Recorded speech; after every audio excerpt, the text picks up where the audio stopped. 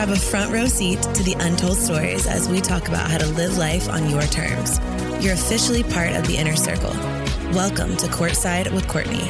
And don't worry, I comped your ticket.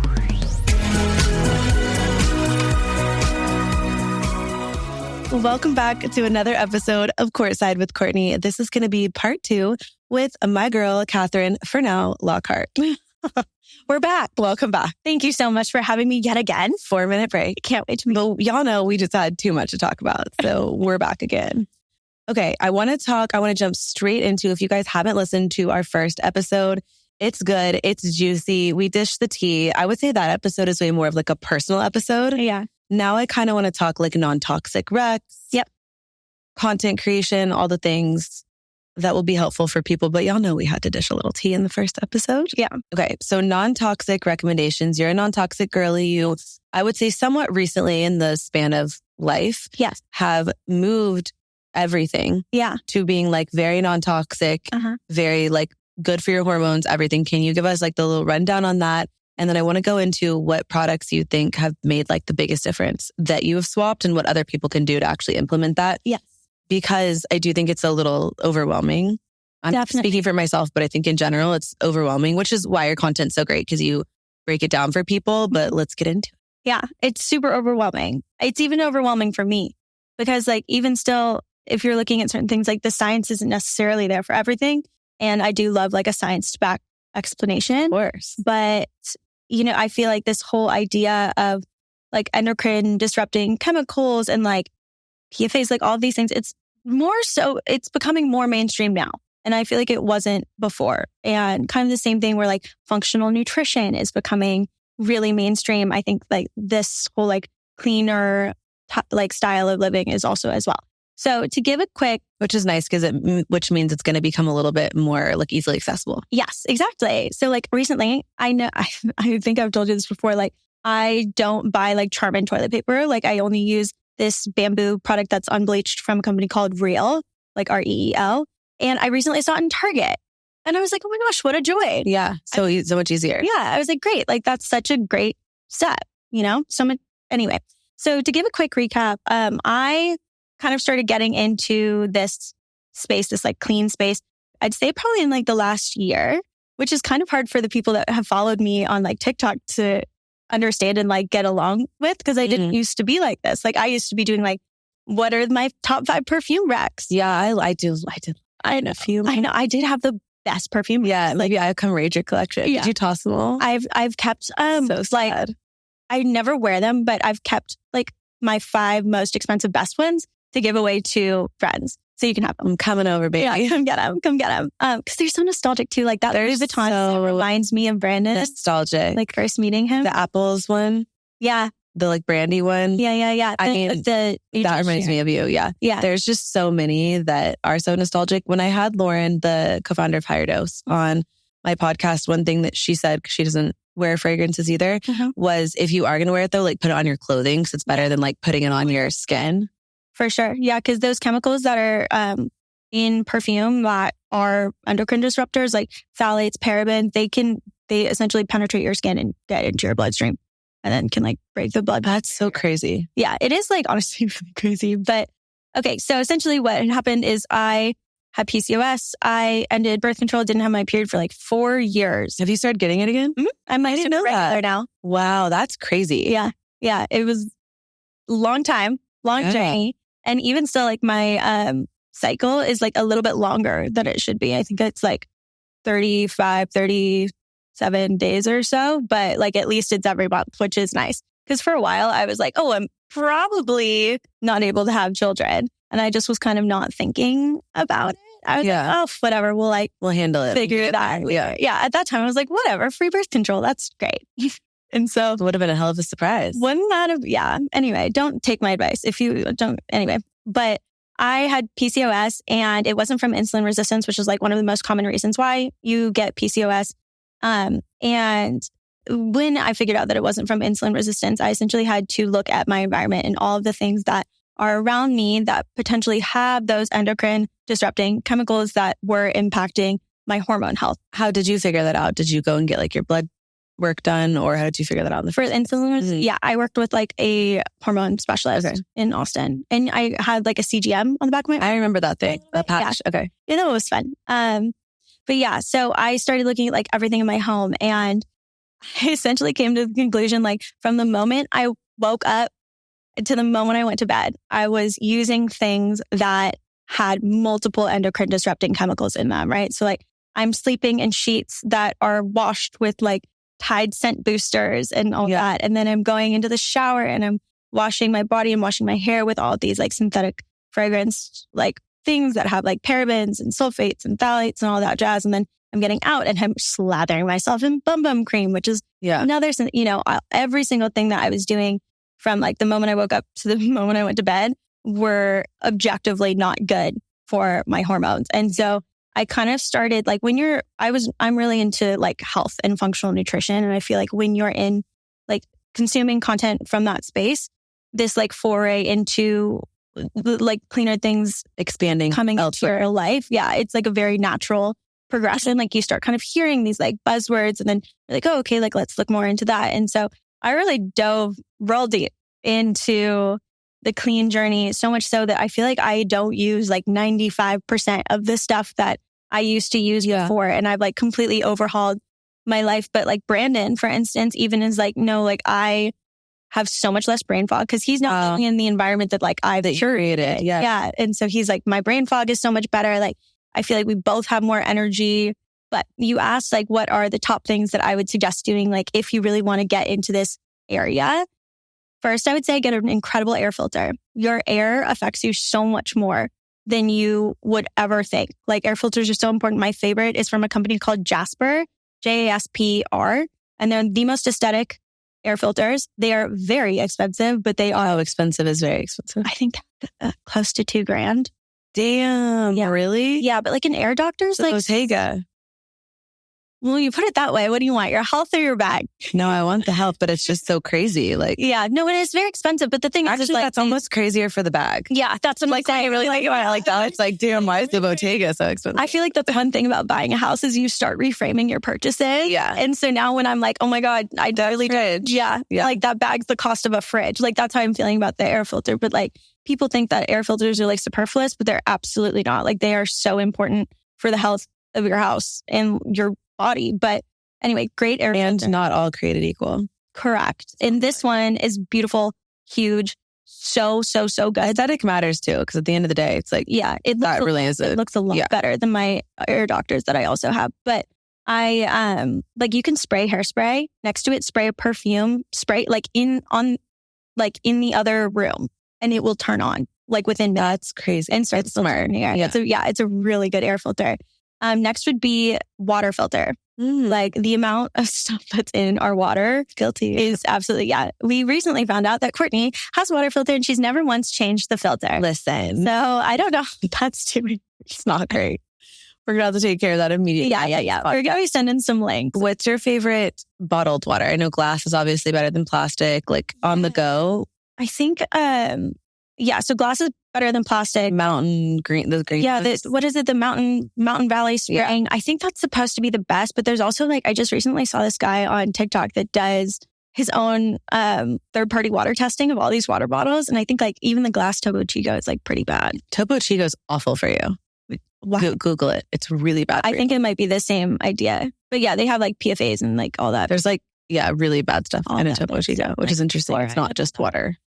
Yeah. Well, nothing's really just water.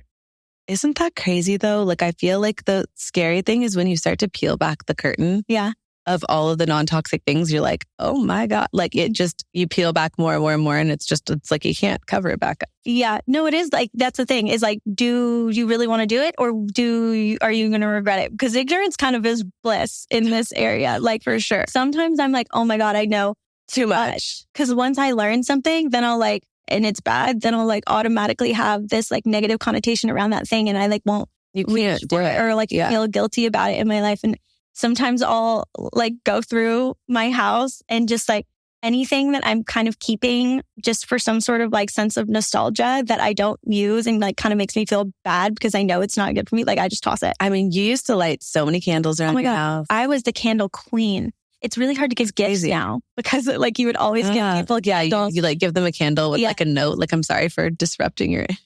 literally, I'm so sorry. Okay, you just bought a house. I did indeed. It's looking so cute. Thank you so much. Come see it. ASAP. What are you most excited for? My cold plunge and my sauna. I need to come see that. When is it getting installed? So, oh no, sauna's being delivered in an 800-pound crate on Thursday. Right. Brandon has to build it. So you didn't slate that into the collab? I bought the sauna. The cold plunge you blow up. So, yeah. Really? The cold plunge is essentially like hard plastic. Okay. But the sauna is getting delivered in a large crate. You know what? You're the person I want to ask about this because I know that you would also obviously have this issue and you would have researched. Okay, what? Okay. Can I sauna? With your boobs? The tits. Oh, yeah. Okay. So here's the scoop. I had Lauren from Higher Dose on my podcast and we were like talking about that because I got the Higher Dose sauna blanket. She was like, maybe just like leave them out. Yeah. Okay. But like... Okay. So first of all, your implants melting. Total speculation, right? There is literally no science back behind that. But I will say, when it comes to sauna types, I would probably do a barrel sauna over an infrared sauna because infrared saunas essentially cook you from the inside out like a little spring chicken because the waves are like penetrating. Yeah, because the waves are like penetrating your skin, like the heat waves from the infrared. Whereas a barrel sauna is just hot, like you're just sitting in a hot room, which is basically like being in the sun. Yeah. Minus the UV exposure. Without the cancer. Yeah. So you're essentially like in a big heated space. So if you were to sauna, I would do it in a barrel sauna, which is exactly like at Equinox. Is that a barrel or is that a sauna? Okay. Is that fine or no? Yeah, it's fine. I just can't like breathe in there. No, I don't use it honestly, but I just don't know. I feel like most gyms have like some type of sauna in them. That's typically fine. Yeah. Barrel saunas too. There's like, I don't know. I haven't gone like super deep in saunas, but there's also like some questions about like EMF coming from saunas and just like the health concerns around that. You know, the other thing I need you to research? Can I cold plunge with my Raynaud's? With what? My circulation problem. Oh, probably. Cold plunges is incredible for actually helping improve your circulation. Yes. However, the whole like premise of Raynaud's, however you say it, is like the capillaries at the end of your extremities. And a normal person, I think, don't quote me on this, but a doctor. But from what I understand, close a little bit to circulate blood to the rest of your body, which obviously keeps you warm. If you have Raynaud's, the capillaries close essentially all the way. And so they circulate blood to your body, but your extremities get freezing. So that's why, like when I lived in Boston, I could never feel my toes, my fingers. I have like vivid memories of sitting outside and like trying to open my apartment door because I literally couldn't feel my hand to open the door. Like my mom has it really bad. She can't ski. Horrible. Yeah. But it's like because of extreme changes in temperature. So like if you're inside and then you go outside and it's 10 degrees in Boston, you're like tramping around all the bars. In college, I get it in my toes and they're miserable for 2 weeks. Like it's awful. They like get hot and they itch. It's like really weird. I will look into that for you for that very specific. Yeah. But what I will say is when I cold plunge with these little socks on because you can stay in longer because that's what goes for me first. Like because there's like no fat around my toes, right? So like my toes hurt really bad and then my clavicle bone hurts really bad. Oh, cute. So I don't usually put my hands in and then I have the little socks in. And that's fine for implants too? Yeah. Yeah, it's fine. There's like no like real studies done on negativity there. That I am like the whole like breast implant illness thing. I'm a little skeptic on. Yeah, no, I've heard. I mean, that's the same thing my surgeon says. I'm going to have her on the podcast too, but yeah, she's like, that's not really based in. Yeah, I mean, fact. What I don't think. Yeah, it's like one of those things where I think enough people have gotten a hold of that idea, and also like I'm not saying that it hasn't happened to people. Your body does reject things, and if you put a foreign thing, like a foreign object in your body, of course, your body will constantly be attacking it. It's going to create like a small amount of inflammation that will always be there. But I don't think that breast implant illness is as common as people think it is. And I get that comment all the time about like, literally, this is the first comment that ever happens on every single video I make about clean stuff or health and wellness, whatever. They're like, oh yeah, like you think like your Tide is toxic? Well, so are your implants. And I'm like, okay, first of all, I got these 4 years ago. Also, you win some, you lose some. Yeah. I was like, you gotta have something. Sharon. You gotta have something, you know? But I'm like, I got these on my body 4 years ago. What do you want me to do? Just run and go get them taken out just because they might, be bad? Like I genuinely don't have any problems with them at all. Yeah. Like there's nothing happening to my body that makes me feel like something is wrong. Yeah. And I'm like, until I get to that point where I do feel like something's wrong and it's not like caused by hormonal imbalance, like, cause all the symptoms of breast implant illness are the same symptoms as hormonal imbalance.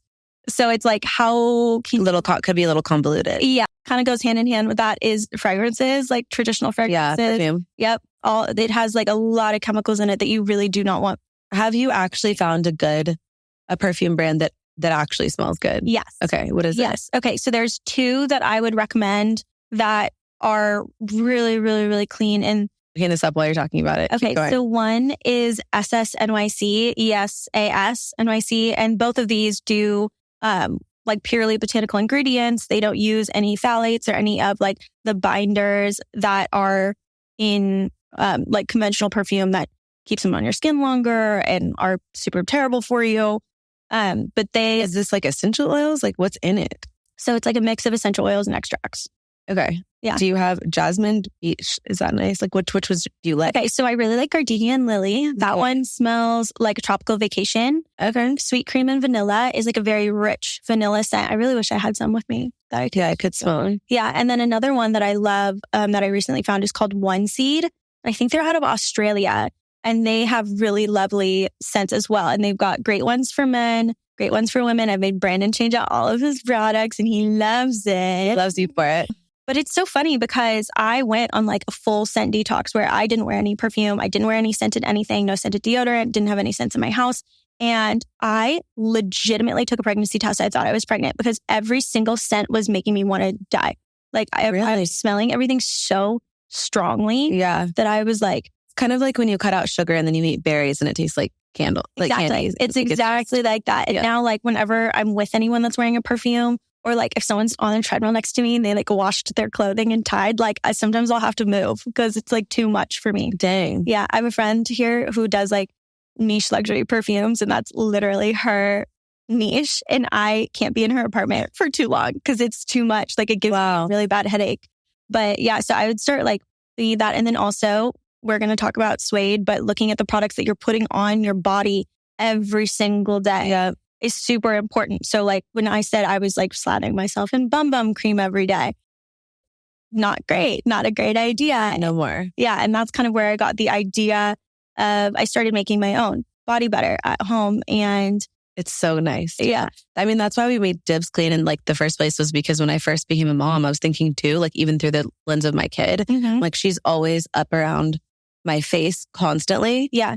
Like what is getting all over her, even if I'm not as worried about me, like what's getting on her. Like that was kind of my first thought with that. But it's especially your body when your skin is the biggest organ in your body, obviously. So let's talk about Suede. Let's talk about Suede Skin. Okay, so Suede Skin was essentially born out of this entire idea. And when I met you, actually, and we were talking about stability as a content creator and like how you make that work. And I've always been like a business squirrel. You know, when I worked at Deloitte, like I loved getting involved in all of the retail strategy work there. Yeah. I loved just retail strategy and also makeup. So I was like, someday it would be so cool to do something in that. And then I met you and you have Dibs, obviously, which is like wildly successful and an absolutely incredible brand. And you're the COO of it, right? Creative director. Yes. And like you've made it what it is. And like no one thinks of Dibs without thinking of you. And I saw you doing that and I was like, wow, brilliant. Because dang, won't it be a lot easier to sell something if you have a built-in marketplace? Right. And that was like my whole thought process behind even starting doing content. So maybe we need to go back to that first then. Yeah, maybe. So like you were a corporate girl. Yes, I was. I was a corporate girl and I was at Deloitte doing management consulting, which if anyone knows about management consulting, it's true grind. You're working so much. And then I got a puppy and couldn't travel anymore because I was a traveling consultant. Claude, the sweetest little man, got a puppy. I was like, okay, well, I guess I got to get a new job. And so I started kind of passively looking and I ended up getting hired really fast with Salesforce, doing internal corporate strategy there. And it was just so much less work than what I was used to. And I had so much more free time. Yeah. And I was like, let's just like try out this little throw something else in. Yeah. What made you want to start that? But what do you mean? I'm asking for the people. The people don't know. I mean, as I said, never knew of an influencer. We talked about this a little bit in the first episode, but like, I never knew an influencer in real life. I didn't even think that was like a possible career path. I think TikTok did a really awesome thing in like democratizing content and content creators. So that, and as everyone does, like I started on TikTok because I did not want anyone to know I was doing it. I was like, they won't find me over here, which is so untrue. But I was like, I'm going to start over here and kind of like start throwing it out there. And like, it took so long to even get to like 1,000 followers. It's so funny because it didn't feel like from an outside perspective like it took long at all. Really? Yeah. I mean, I feel like your journey's been like really short and like it was pretty quick in the grand scheme of things. I mean, it's only been 2 years. Like you couldn't have that type of growth on Instagram back in the day. Like TikTok allowed videos to go viral in a way that I think like wasn't possible 10 years ago. Yeah. And what's crazy too, though, is like you're saying that about Instagram, which I totally agree was impossible to grow on Instagram with static photos. But recently I've grown so fast on Instagram, faster than I thought was possible through Reels. Yeah. And I get it. Like they're just, we're catching up on a different medium. But I didn't really know what I was going to talk about at the time. And I was just kind of like putting whatever out there. Like maybe it was like a weird little outfit that don't go watch my old videos. Don't do it. They're so cringe. Like the editing, I didn't know how to edit anything. Like I feel like you did good editing back in the day. It was not fast. It was like, how everything's like clipped to perfection now. Like it wasn't like that. The learning curve. Yeah, for sure. I mean, with anything, but it was exciting because you were learning something new and I love learning new things. And so that was like so much fun. And in the beginning, I was talking about like Austin stuff because I was like, what are we going to talk about? And that's what I was talking about. And then I was like, okay, well, I'm kind of out of stuff to say. Yeah. And so I was like, okay, I need to think of something else. Like, what are things that I love and have like endless amount of content with? And I was like, fashion and beauty. Yeah. Because I used to work at Sephora when I was in college, all 4 years. And I was like, I love makeup. I've always loved makeup. So I could talk about that. And I was like, I'm constantly buying shit all the time. The amount of packages I got was unbelievable. We're a bad influence on each other. Oh, horrible. Yeah. No, we shouldn't. Yeah. Although you just influenced me to buy a air filter instead of a bag. So maybe the tables are turning. I know. Look at us. We're being so responsible. So good. But yeah, so I had an endless supply of like content for like hauls and talking about makeup and stuff. And I started kind of branding it as like, what was it like product recommendations with an ex-Sephora employee, like from an ex-Sephora employee. And I feel like that's when my content started like resonating with people and taking off. And then you and I started doing videos together. And like now people always associate us with each other.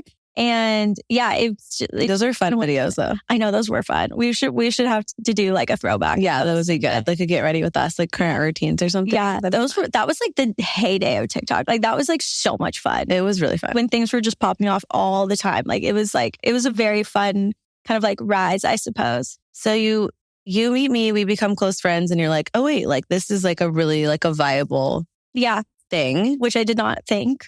And this like could actually be cool. Mm-hmm. And ultimately I want to launch a brand. So let me start by this, it was like strategic. You're like, let me build in an audience so that when I want to launch something, now I have my girlies here. Yeah. I had no idea what it was going to be. How do you, what did you think about, or what do you think now that you've like been in the weeds of actually creating content? Because it is really different. And I think until you really do it, you don't get it. Right. So how do you feel about it now? Like, are you enjoying it? Is it a means to an end? Like, do you love it? Like, where are you at? I think it's hard. It's hard because your thoughts on it, mine at least, I feel like fluctuate based on whether or not like content is performing at any given time. It can get frustrating for sure when you feel like you're stuck because like the platforms aren't showing. Yeah. And it's like, okay, like I know I'm making content. I know I'm putting stuff out there and you're putting so much effort into it. And when you're not getting anything back, then I feel like you're kind of like in the doldrums a little bit. And it's hard too because you have no one that's like there's no positive reinforcement happening other than like people engaging with your content. Like, and there's no linear path. Yeah, there's no linear path. There's no right way to do it. There's no promotion. Yeah. When you hit a certain number, like there's nothing like that. Whereas if you come from a corporate world, I feel like it's a very like, you do this, pat on the back. And I'm a very type A person. So that's like what I'm used to. And also, gosh, what was I going to say? I can't remember. But yeah, I'm like a very type A person. So that like linear path, like school, right? Like you do something, you get rewarded. You do well in school, you get a good job. You do well in your job, you know, get a promotion. Yeah. And it's so hard living, for me at least, living in this like little bubble of instability where you have literally no idea if this job is going to be what you're doing in 2 years. And if you're going to make enough money for it to work, if you're going to have like a community that stands by you, if TikTok gets banned, what are you doing? You know what I mean? Like there's always going to be something next. And it's so hard to like have like mental sanity about it. And then on top of that, put like, you know, the people like absolutely going crazy and like being mean and all that other external stressors on your life. I would say looking back, seeing what I do right now and thinking about how I thought of it before, I had no idea how much time it took, no idea how much effort it took, no idea how hard it was. Like I am filming from the moment I get up. And that's the hard part too, is like anything is content. So you can literally film yourself getting out of bed, brushing your teeth, like every single thing. It's hard to turn it off too. I find over the years, like sometimes it's hard to just turn it off and be. I think I've learned how to do that finally, but like it takes a while to get there because otherwise it's like, oh, is this like a missed opportunity? But it's like, no, like just relax. No, but it's hard. And unfortunately too, like those big life moments and like big events or like trips that you're going on, like that you want to be present in, like that is also probably the best opportunity you have for good performing content too, because it's like interesting and new. And it's like you don't get weekends, like you are post every day. It's constant. Yeah. And it's just like you're constantly trying to think like, what am I doing next? What are people going to like? And then if you put a lot of effort into something that doesn't do well, then you like feel bad about it. It is just like a mental grind. And like I'm editing in bed until like midnight every night. And like I have carpal tunnel in my fingers from holding my carpal tunnel. It hurts. Okay. Influencing did this to me. No, it like actually does like really hurt. I have to go to the chiropractor for it anyway. But it is like, I don't know. I think and we talked about this too. Like it is an amazing job. It is an amazing opportunity. I've been able to do things that I never thought I'd ever be able to do. I get invited to really cool stuff, like getting PR in the mail. It's like Christmas every day. Like it's literally lots of really cool perks for sure. It's literally my dream. But I'm like, is that, I don't know. On one hand, it was really hard for me in the beginning when I didn't have any businesses I was working towards because I just really felt like a marketing tool for big brands. And when I started getting into more like clean stuff and health stuff, I was like, okay, well, these brands, I don't really know if my values truly align with these brands anymore. So then I felt like even worse about it. And I was like, okay, maybe I need to like realign with myself and rethink like what kind of content I'm putting out there and who I'm working with and all that to like be a little bit more in tune with what I want to do. Yeah. And then when I also said that you're creating the right type of audience. Yeah. That's going to enjoy what you do, which is creating a clean skin brand, obviously. Yeah. And it's hard too, because like I did a lot of stuff about acne safe videos in the beginning, right? And I got a lot of followers from that who don't really care about, you know, if it's clean, they just don't want it to make them break out. Yeah. And so like, I think a lot of people, it's hard for people to see you like evolve as a creator and change your mind. That will always be true. Yeah. I mean, whether it's like life phases or that's something I struggled with a lot on Instagram as well. People are like, we want the old Courtney. I'm like, but no, but seriously, it's like, it's why? Like, why would you want the old Courtney? Like you always want to be evolving and improving and getting better. And if you're not, like, honestly, that to me is like the negative thing, not like stay the same forever and be frozen in time. Yeah. So I think it's good to evolve. Yeah, I think so too. And it's just like, you know, you will lose people that were there for a certain reason, but you also gain people that are there for a new reason. And that's true of life and friendships and stuff as well, right? Yeah, absolutely. Most definitely. And yeah, I mean, I think it's hard in that respect, but I mean, I'm only 2 years into it. So literally, who knows? Crazy that's already been 2 years. Have your friendships evolved? I feel like my good friends in Austin are still in my life. I can't really think of people that I'm not, maybe like the people that I used to go out with a lot when I first moved here. Like I don't really speak with them much anymore, but I feel like we also were on a very like just different going out kinds of spaces. Yeah. But then I've gotten a lot of friends from influencing and doing content creation here because I feel like we're such a tight knit. There's a good community here, but that's new still. Yeah. Yeah. And it's such a small community that we all like know each other and support each other. And that's really cool. And I've loved like having that aspect too. And like knowing and whenever we go to events here, it's like, you know, everyone's there, which is really nice. Yeah. And so, yeah, I don't know. Like I'm exceptionally hopeful for Suede that it's something that I can really like pour myself into and maybe take a little bit of a step back from like the daily grind of content. But at the same time, I know that that's kind of like a necessary thing to have. So that's kind of what's feeding the beast too. Yeah. And it is hard, but I think you go through ups and downs. Like with anything, I think the hard part for me is that it's not a job that I can be like, okay, well, I'm done. I'm going to go get another job because I'm bored, or like I want something new, or like I want to change. Like this is the job. So you have to like constantly kind of like push through that. Yeah. And like re-motivate yourself and like reinvigorate your passion for it.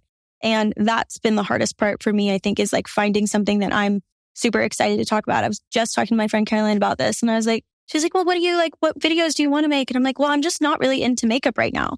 Like it's not like I'm kind of doing the same thing every day. Same routine. Yeah. Yeah. Like it's not something that I'm really, really passionate about at the moment, but it is literally what I'm known for. So it's hard to kind of. What are you into right now? I feel like home stuff because I just got my house. I love your home content. Why don't you just start doing some of that? I mean, I'm trying. I'm doing like as much as I guess I can, I suppose, but I'm not like DIYing anything in my house. Yeah. So there's that, but I don't know. It's just like, I haven't quite figured out yet. Yeah, where I want to land. But I do know that Suede is something that I am so, so passionate about and believe in. And I really think like needs to be out in the world and like be mainstream for the girlies, that I feel like that's going to be, once it actually comes to fruition a little bit more and we're getting closer, that's going to be something that's really going to be driving me forward. But so let's get into Suede. Tell me everything. Okay, so Suede Skin. Tell us everything because I know. Yeah, but Courtney's one of my guinea pig. I'm a big fan. Yours, yeah. Like what did I give you on your birthday? Like a 32 ounce. That's like all I asked for. Of it, yeah. I was like, get whipping, sister. Yeah, get it together. Okay, so what had happened was I started making my own body butter, made a video about it, and everyone loved it. They were like, you need to make this a thing. And I was like, well, because everyone wants it, but no one wants to make it. To do it. I will say it's hard, kind of annoying to do.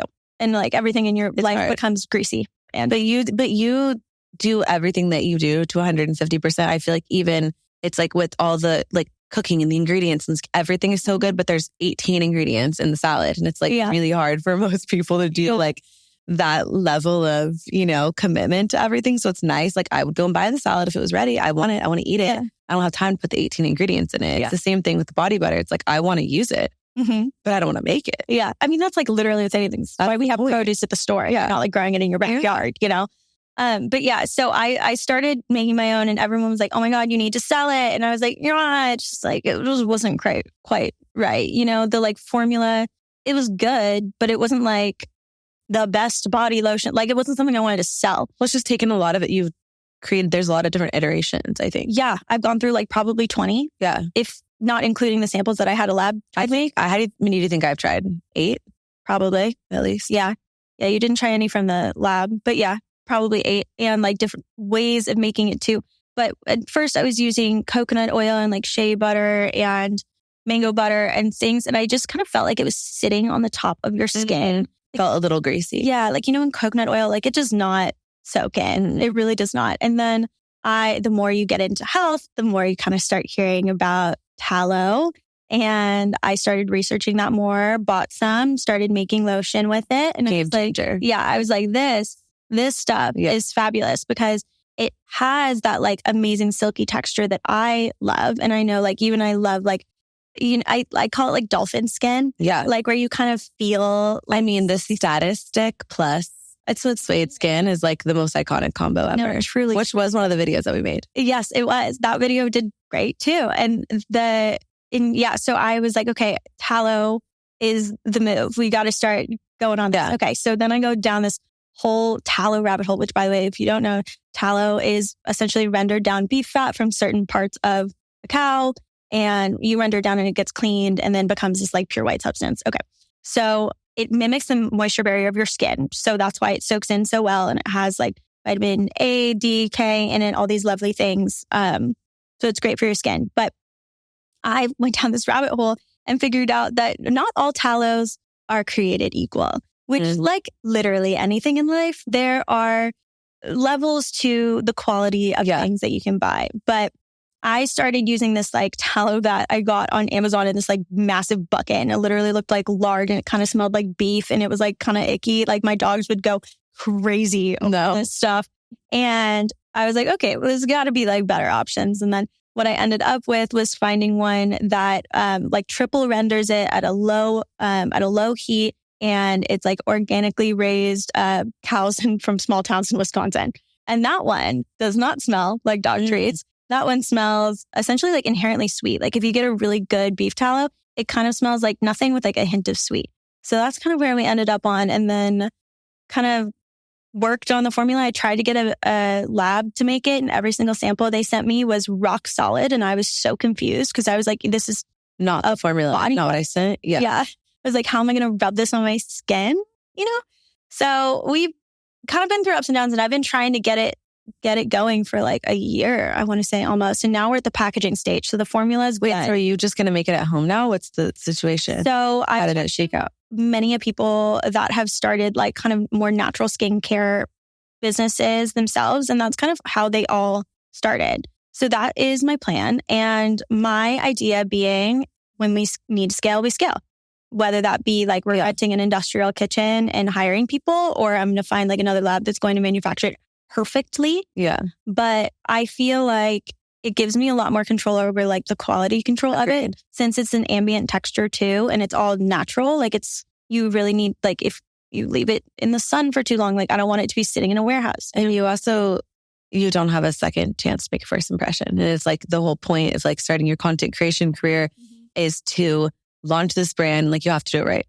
Obviously. Yeah. And I'm so crazy about it. And like, it has to be absolutely perfect. And I kind of love the idea of like being able to make it myself and like have that, the origin story of it. And like, so good.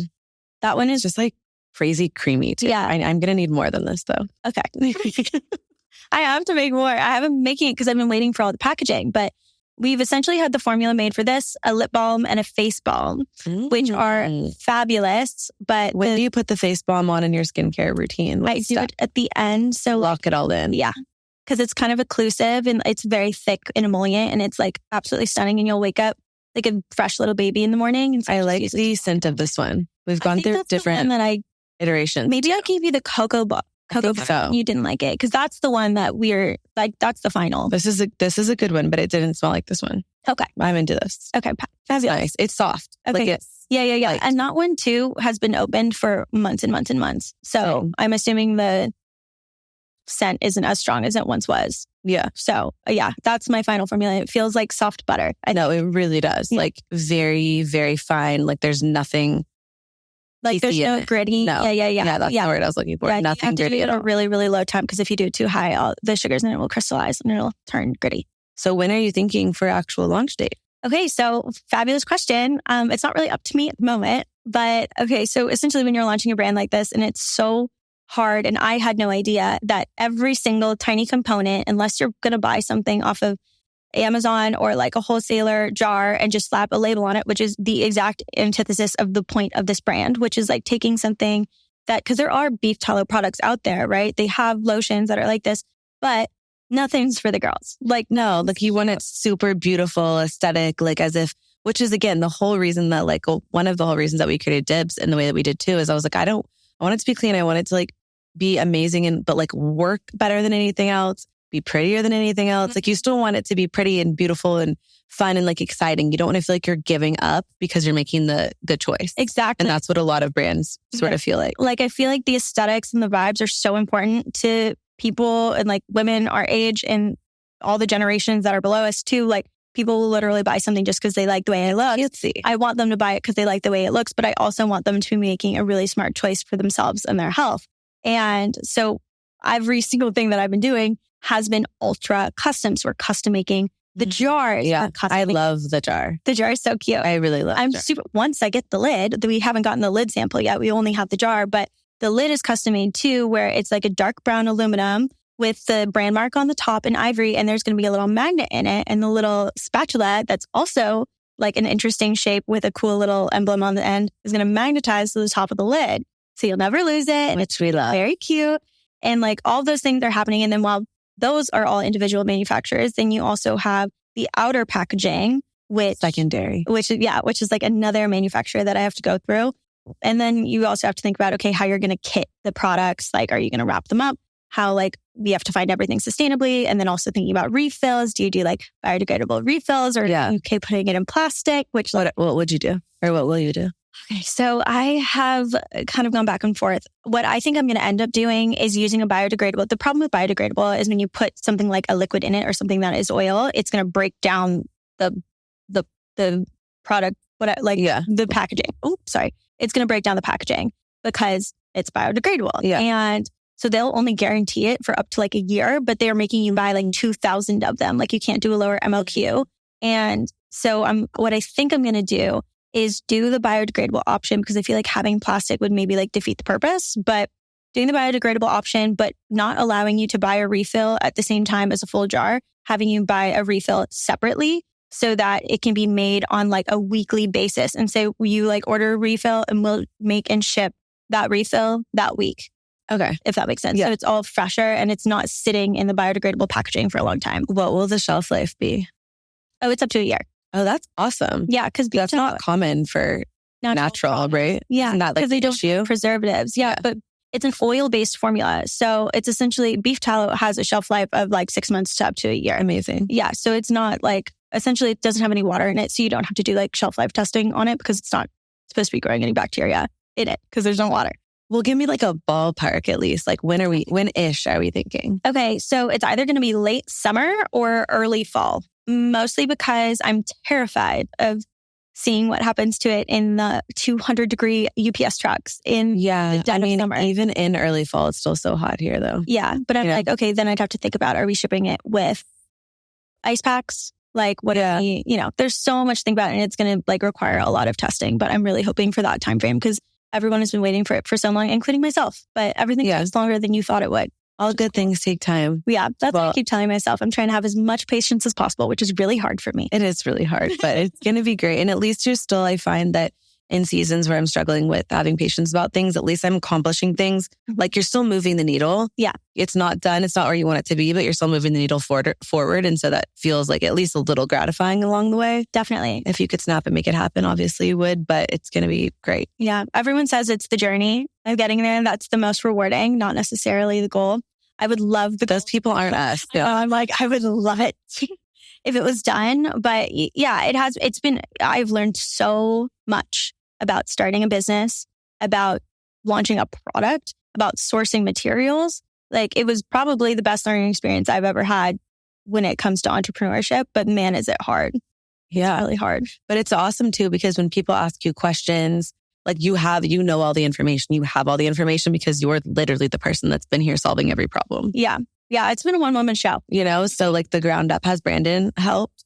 Will he help? Like how will this transition for him at all? Do you think he could survive working for me? I don't know. No, that's probably not a good idea. So he helped so much. We'd have to call it with you, not for you. Yeah. He'd need a title for sure and probably some equity. He helped so much with the jar. He made a whole CAD design and 3D printed me. That was so cool. I remember because he brought it on our walk that day. Yeah. When it was like the facets, and it was really cool. Yeah. People are like, where's the facets? And I was like, that was just... No, that is really cool. Yeah. And it was really, really awesome and so helpful because I would have had to pay like $1,500 to get that mock-up made. And then it probably wouldn't have been exactly what I wanted. And it would have been a whole other thing to do. And like he literally designed the entire thing from the lid to the jar to everything. And he's been communicating with the supplier too, so he had his touch on it. Yeah, he's definitely working. He gave it an upgrade. Yeah. Just like you gave him the boyfriend. What's it called? It's like the boyfriend theory. The effect? Yeah, the boyfriend effect. Yeah. Oh my God, it worked. Yeah. I mean, he looks incredible. He does look great. Cute. He's always been cute, but he does look great. I think I just have flashbacks. I have personal PTSD from the boots. Oh my God, the boots. I also have personal PTSD from the boots. And Catherine and Brandon got in a full fight over a pair of boots that she really wanted him to wear. And he hated the boots. Okay. He didn't like the boots. What did you call his other shoes? His Peter Pan shoes? The Peter Pan shoes. Okay. So look, here's the thing. He had this pair of Chelsea boots that he'd had for a little too long. They were beloved. They were, I think, from college. And he wanted to wear this pair of Chelsea boots. And they had kind of like a weird, like, pointed toe almost that just really gave off a real bad look and bad vibe. And maybe there was a little alcohol involved. And we were literally at a wine tasting. Yeah. And and maybe there were some words said that shouldn't have been. Maybe you went a little too hard in the paint. Maybe I went, but at that point, the shoes were representing an idea. It was it was a concept. And when you know you're like right, when you feel you're right about something, you're not letting it go. I think Brandon would probably argue that I will never let anything go and that I will never say that I'm wrong, which is maybe fair. Blame my mom. But yeah, we were screaming at each other about. No, I remember. We were like so close to breaking up over these freaking boots. Literally boots. They were like these chunky, poor Brandon was like, I don't want to wear the fucking boots. Yeah, but I was like, fine, but like, don't wear these other ones. I could have come in. I should have brought a compromise shoe. Something. We should have just had another option. Cinderella needed a new shoe. He was wearing the boots that I didn't like out of principle, Spite. Yeah. You're both stubborn. Yes, definitely. You're perfect. Mm-hmm. Two stubborn people together is great. But we were actually going to a dinner where I was meeting one of his like really good friends from his hometown and his wife, for the first time. And I was livid. Like, I hated him. I was so mad, and it showed for sure. And Brandon was like, when I got up to go to the bathroom, Brandon was like, I'm so sorry. We got in like a huge fight right before this. And I guess they had also gotten in a fight. It is hard. Okay, that's a good question. Relationship, like conversation in general. Mm-hmm. It is hard to, like, when you're annoyed about something, like, shake it. Yeah. Not you, but like anybody. Like, I feel like when you get in a situation, like, have you, through being together, how long have you guys been together now? Only 2 years. Yeah. Like, have you learned tips to like shake it? I think we need Allie for this one. Learn tips to shake it. I think it's so hard to shake it off. It's really hard. I mean, usually I just wait long enough and he apologizes, but but I would say that like what I've learned is not to tell people about it, because I think what really got me in trouble was like being really pissed off and then going and telling. It fuels the fire almost. Yeah. And then they're validating me. And then everyone's also like looking at him differently and looking at our relationship differently when it really was like something that we should have like resolved on our own. Yeah. But like kept it in-house a little bit more. Yeah. That's definitely something you learn, I think, as you're going through this, is like you need to like operate as a team. Yeah. Well, with the end goal of like being together, I think it's easy when you're arguing with someone to like get on the defense or to be on either side of it and just be like, I don't need to deal with this. But at the end of the day, if the goal is to be together, then like you're on the same, you're playing on the same team. It's totally a switch, like a total swap in mindset. Yeah. Where you have to like, you shouldn't. And I was thinking about this the other day. I was talking with one of my friends and we were just kind of like bitching about, because we're in kind of the same stage in life, and we were just kind of like bitching about like house stuff, like where we kind of feel like we're doing more and like, you know, like tit for tat essentially. And I'm like, I need to start like being a little bit more like putting some positive reinforcement and stuff. Cause I feel like when I get mad, I immediately will think about myself and think about my emotions and like act on those. Whereas I need to like take a step back and be like, okay, how can I change this situation so he doesn't feel defensive and mad, but I'm also kind of manipulating a little bit so we get like the outcome that we desire, but just in like a little bit of a better way. Yeah, absolutely. When Brandon was traveling a lot for work, did you have any tips on like long distance? Like, did anything work a little bit better for you guys? No. Because it's hard. Distance is hard. It was horrible.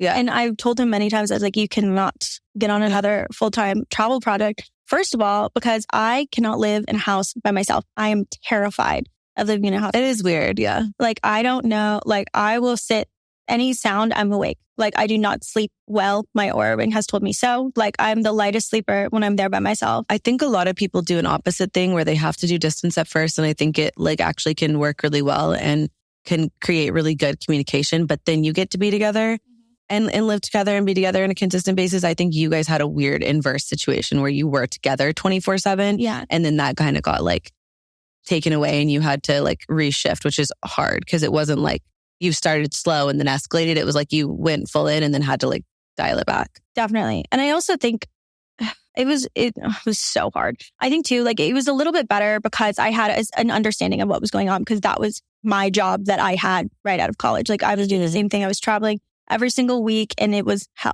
I understand how much he didn't want to be leaving any either. Yeah. Like he wasn't enjoying it either. At least when I was doing it, was having the time of my life. Like I was traveling around everywhere, like expense budget to the moon. Like I was having a great time. It's hard when you have to like leave your person. Yeah. And then, but like, I feel like because our life is so stable and like he was leaving the dogs and leaving his life and leaving me and everything, like it's just objectively not an enjoyable time for him.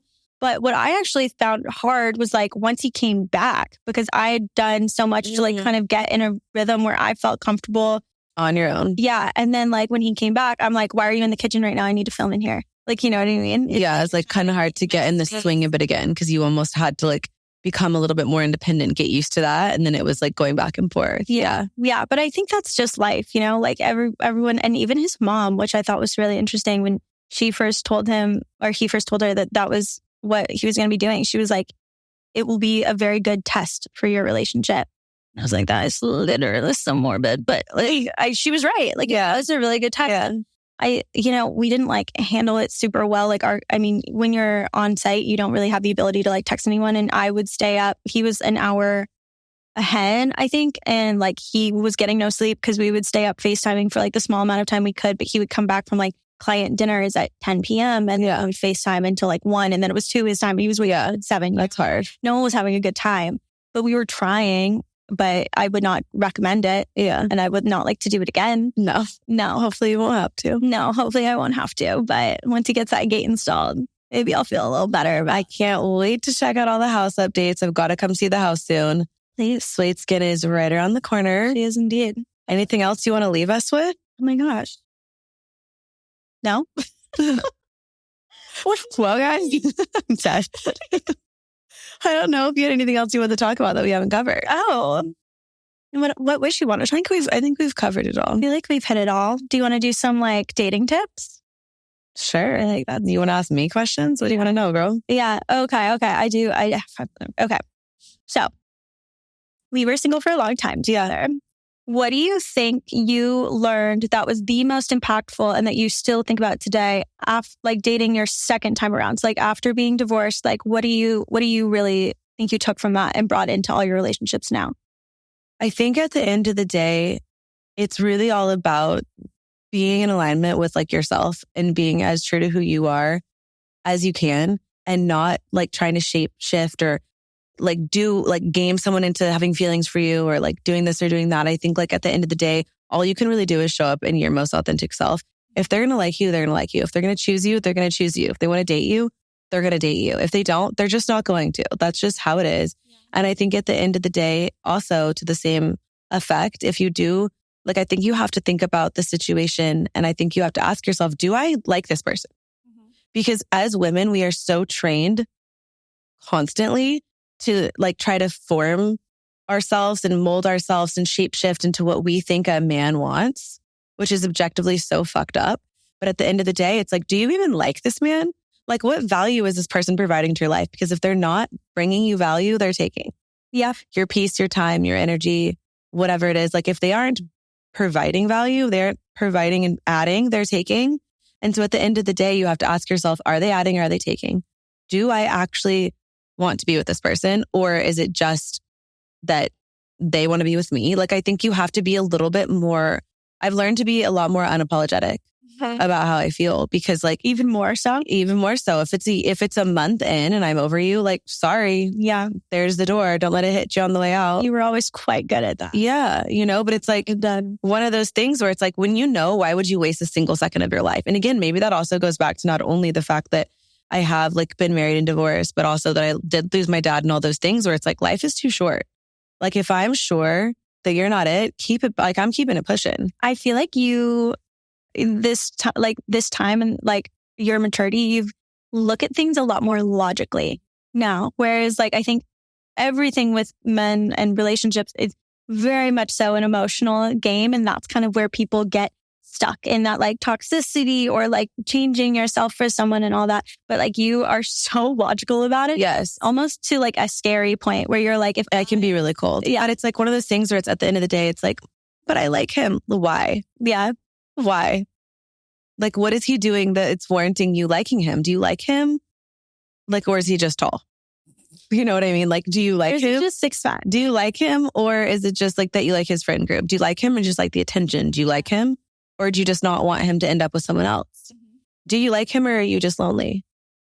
Do you like him or do you just want the validation? Like, what is he doing that would cause you to like him? And I think the other biggest thing has been viewing, like changing the lens in which I look at people. And that is, if you don't show me like a certain level of respect and love and interest and like you're not pursuing me, I'm just not interested. Yeah. You not pursuing me doesn't make me want you more. It makes me bored. Genuinely. Like, I'm not interested if you aren't here pursuing me and actually putting in the work. So I learned, and I have learned over time, to view people's actions very logically and clearly and like kind of as an ick, honestly, because at the end of the day, if you don't want to put in the work, don't. What do you always say? Like, show me who you are? Yeah. I just sit back and watch ABCD, bitches. Always be collecting data. Observe. Oh, we should have told this story about Mim. Yeah, our Mim. Our tattoos. I get questions all the time about my Salesforce cloud. Fun fact, I've drawn multiple of Catherine's tattoos. Yeah, even the baby B one. They don't have the B, but we'll have to have you add. We need to add the B. We need to be sure. Yeah, now we're sure. We were like, we'll do half the tattoo. So this story is Baby B is Brandon's nickname or what? I mean, I don't really call what we used to, yeah. What we used to call him when we first started dating. And I just liked this tattoo, Baby. And I was like, I'll get the B when we get married. Yeah. It's going to be for sure. Yeah, absolutely. And then MIMS just stands for make it make sense, because that's what I always say. Because again, if someone isn't treating you well, if they're not respecting you, if they're not pursuing you, if it appears like they don't like you, they probably don't like you. So make it make sense. Like, what are you doing? Why are you sticking around? Why are we here? That was our tagline for a really... It still is. Make it make sense. Yeah. Well, I don't really get to use it as much in practice anymore because I have to make it make sense. Yeah. But we're forced to make it. Their option, it must make sense. Yeah, it must make sense. But yeah, that was definitely a fun time.